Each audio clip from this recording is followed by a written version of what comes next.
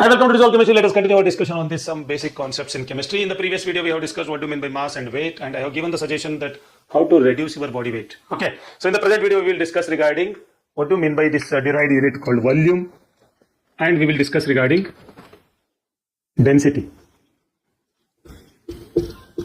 Okay, so volume we use generally to measure the quantity in terms of water, liquids, and a gaseous state. Okay, matter if it is present in a liquid or gaseous state, we are going to measure that in terms of volume.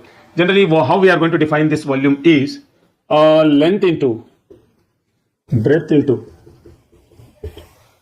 height. So, and all these are measured in terms of length, L into L into L. So, therefore, it is L cube. Okay, and we know that the unit of length is meter. So, therefore, meter into meter into meter. So, it SI unit turns out to be cubic meter, and it is a derived unit of the length, and its unit is cubic meter. Okay, so this volume we are going to be we are found particularly in the chemical laboratories. Okay, we are expected to measure a definite volumes. Okay, for quantitative analysis purpose like volumetric or titrimetric analysis. Okay, where we are going to determine the concentration of different solutions. Okay, unknown solutions, particularly by titrimetric method. So there we will use some graduated flasks, okay, such as burettes, measuring cylinder, okay, and volumetric flask. Okay, I will briefly explain you how they are being used to measure the volume. Right? Generally, standard flask or volumetric flask, which is having the shape like this. Okay, so we use such flask. Okay, there is one graduation here, and they specify the quantity like 250 ml or 100 ml on that. And usually it corresponds to that volume. Usually we will calibrate that and we confirm that exactly is it going to match with that volume or not. But anyhow, it is used for to prepare the solution. Standard solution we call. Standard solution means known strength. Okay. So if you want exactly 250 ml with a specified concentration, so we can prepare by using such flask. We call it as volumetric flask. And another equipment or glassware we are going to use that we call it as what? Pipette. It is called volumetric or standard flask. Okay, volumetric flask. And another one we call it as what? Pipette. So for what purpose we use this pipette?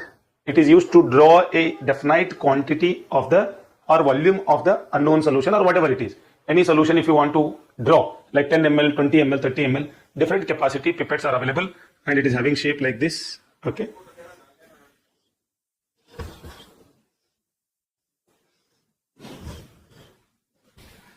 So 10 ml, 20 ml, there is a graduation up to this mark if you abstract or if you suck. So then you will be getting that specified volume you can measure. Okay, then we use measuring cylinder. Okay, measuring cylinder which is also having the graduations on it. Okay, of different capacity we will get measuring cylinders, and they are having graduations, and you can take or you can measure rough. For rough measurement we use measuring cylinders, where exact quantities if you are not in requirement, then you can use measuring cylinder to measure the volumes. And then next is we call it as what? Burette. Burette we use for what? Volumetric analysis or titrimetric analysis.